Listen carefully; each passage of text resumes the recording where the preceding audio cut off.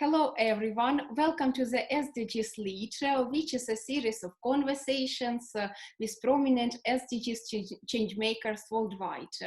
Usually we cover different topics, and today we will focus on the vital one, which is the gender equality, because if we want to reach all other goals, most of other goals, we need to tackle this issue, and we need to ensure equality on all the levels, especially on the level of parliament and political level.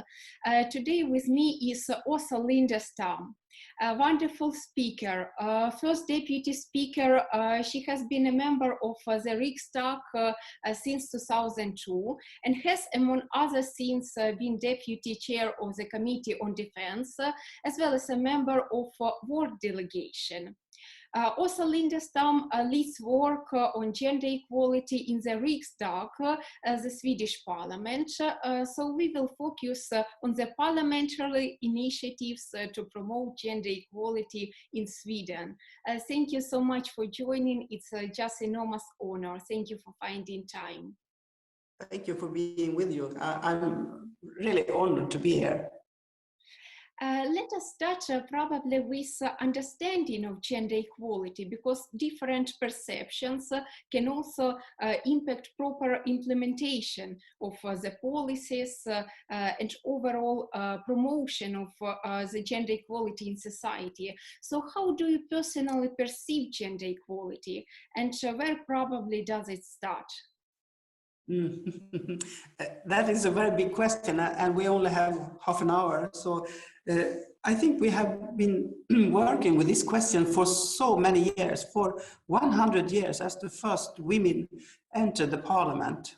And we are celebrating 100 years together with them now. They are not living, but you understand.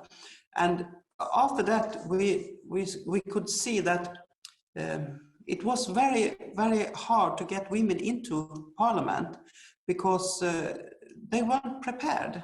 So a couple of these 5 first women, they started educating other women, because we have to be very many, and it took a lot of years, of course.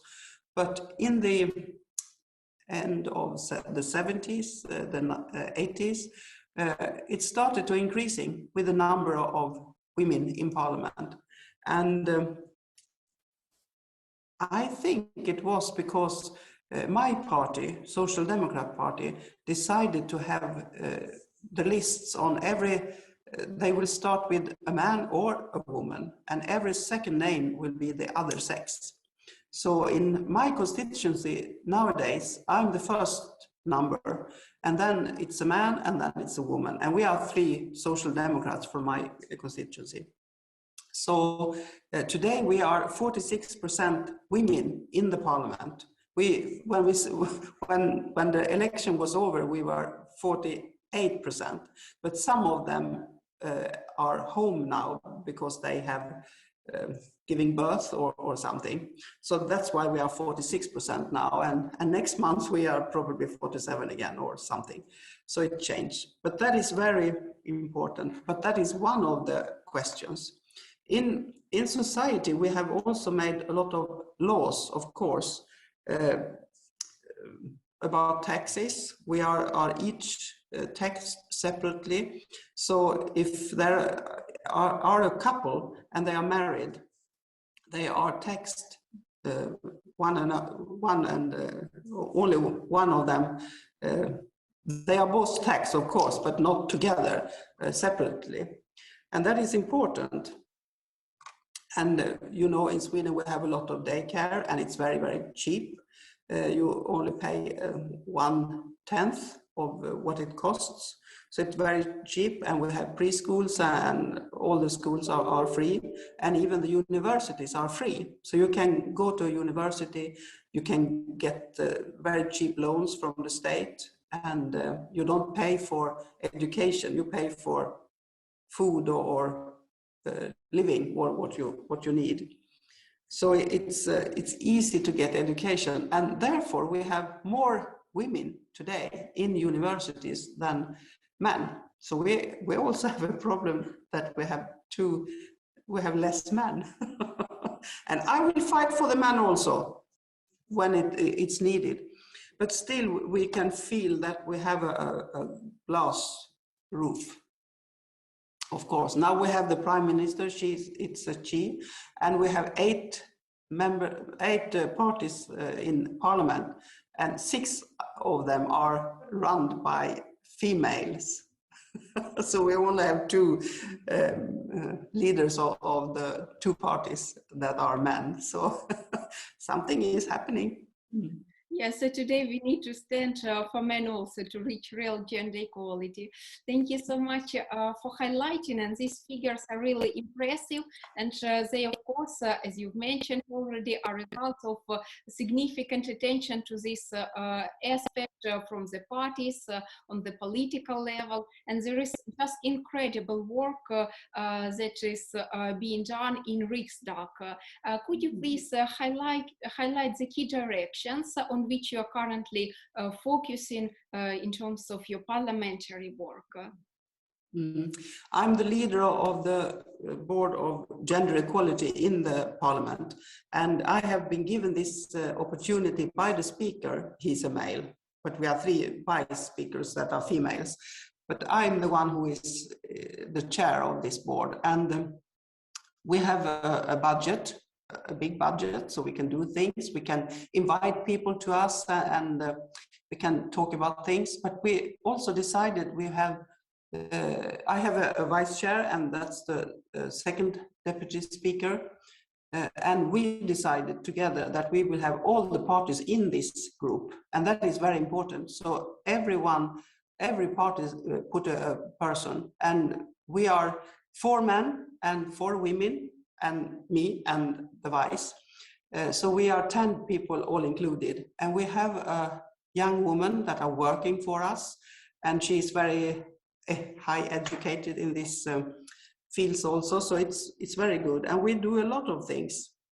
Nowadays we are talking about day caring in the Parliament because we have it, and perhaps we want to change something, have more places, or we want to have more open hours or so on. So I don't know what we will land in, but we are working with that. But also about sexual abuse, because we are not going free. It's happening also in Sweden. I'm sorry to say, but it is. And then we are talking together with the Parliament, how can we help people that are abused? So we are trying to find a better way. We have some things to do, but still we can do more about that also. And next month we will have a seminar about threats in the internet, and we can see it's everyone is threatened, but young people, and absolutely must, they are more threatened, and even the young ladies are, and it's harder and it's longer when they are abused in the internet in the Parliament. But we have 2 scientists that are working for us from Uppsala University, and when they put the last surgery to us, we can see that everyone in the Parliament, young and old, women and men, they can feel they have the same opportunities to reach power, but young women, they have to work harder to be taken seriously. So that's the problem. And how can we do this? We are having a lot of plans, what we can do for them, of course. And now we are trying to get a new survey about what is the experience for young people when they have children, when they have grown-ups, when they are without children, working, but how does it affect them when they are home?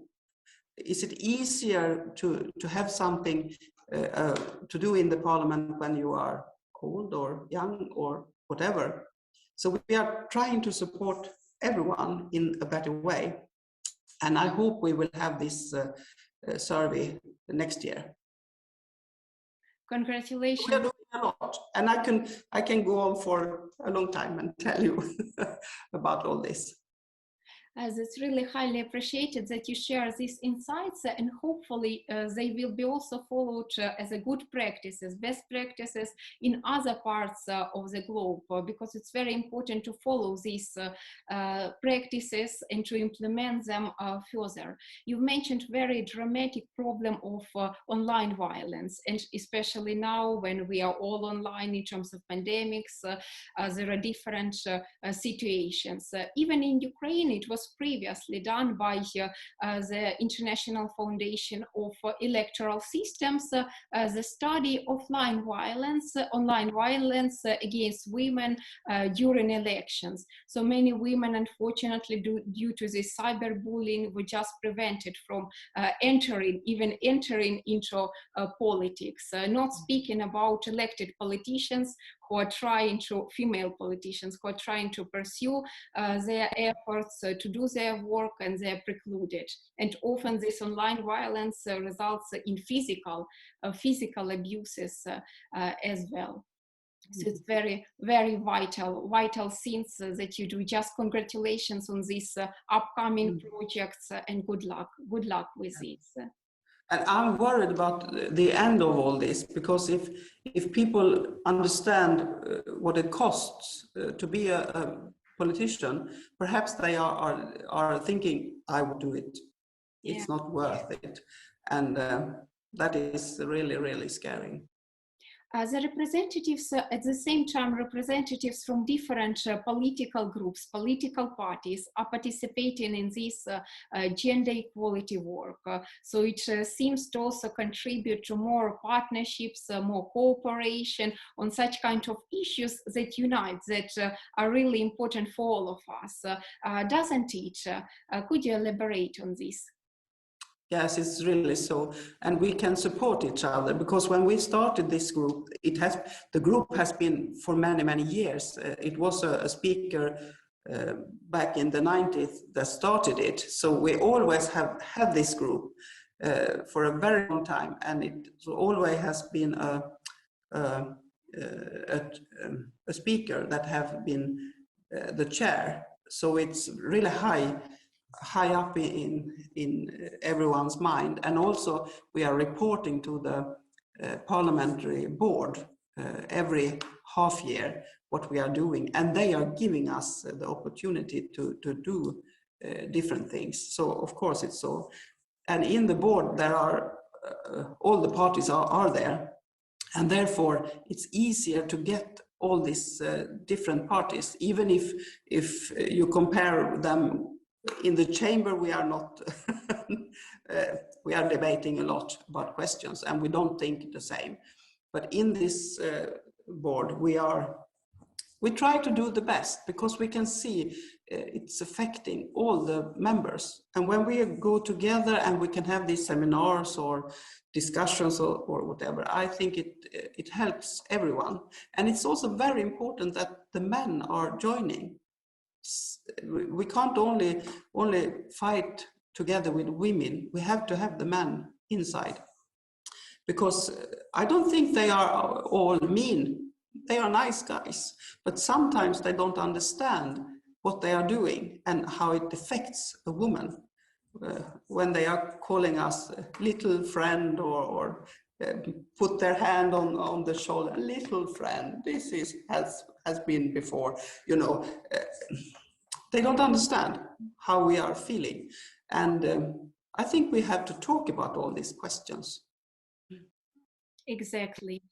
This power of men is just incredible and vital in terms of helping, standing for women voices, and they can do it in various ways. And there are different programs with proven efficiency of these men voices for women.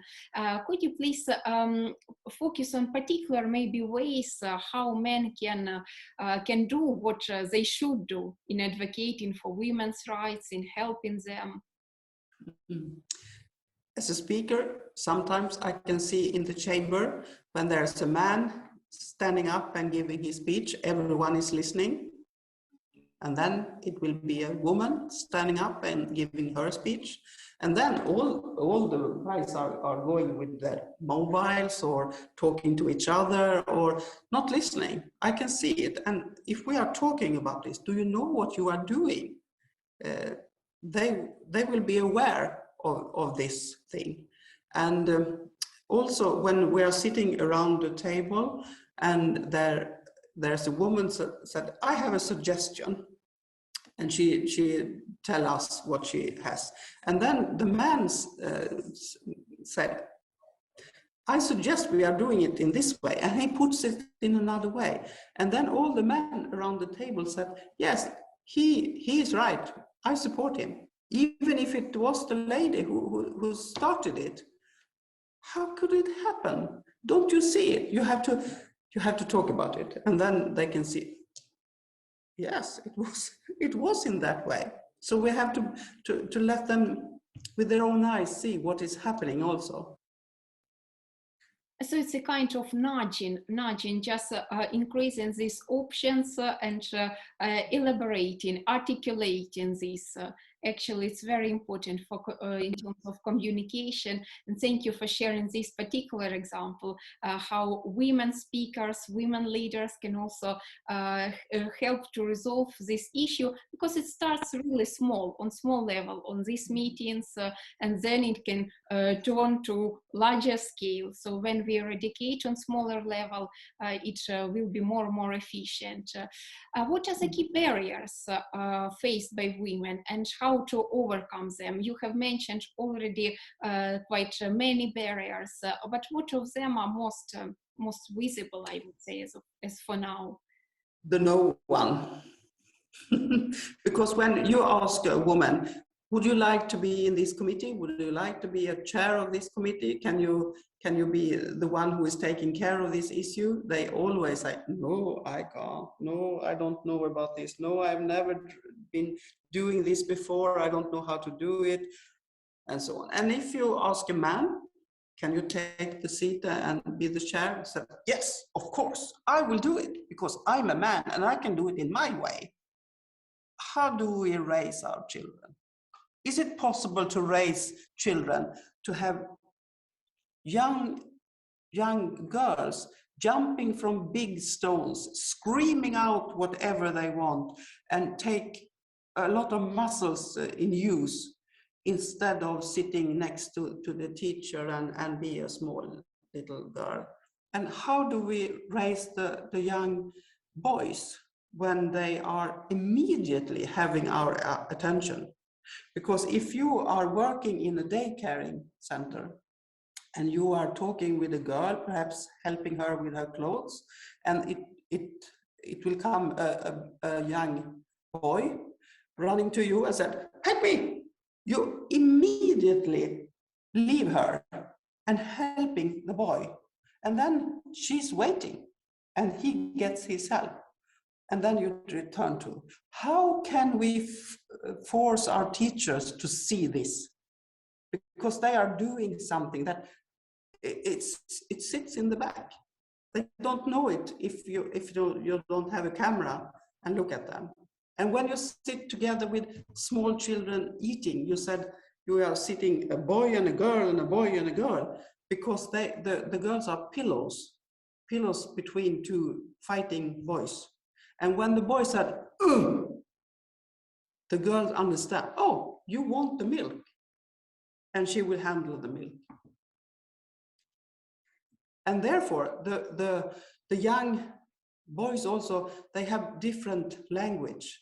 They have special, they are not as good as girls. And therefore, I think the universities now becomes a lot of, there are a lot of women in there. We still have a problem by not having enough female professors.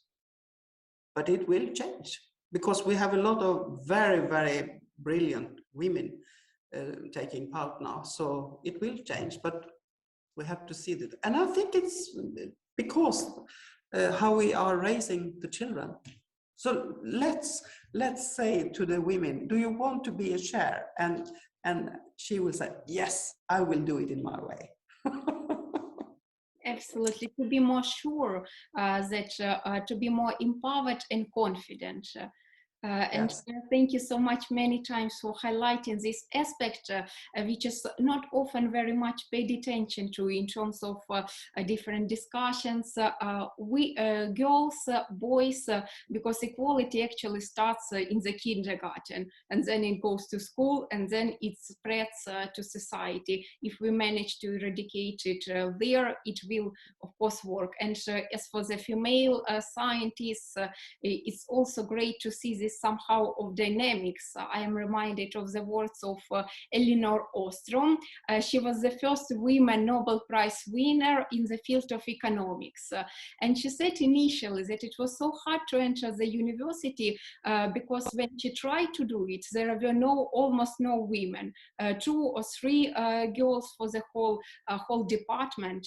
And then she won this prize, and now we can see how many women are able to pursue. But hopefully it will move further, of course. What would be your message? Role models are very, very important, because if you can't imagine, I can also do this. It's so hard. But if you have a lot of role models, it will be much easier. You are in fact a great role model for me. Thank you so much for this, for your insights.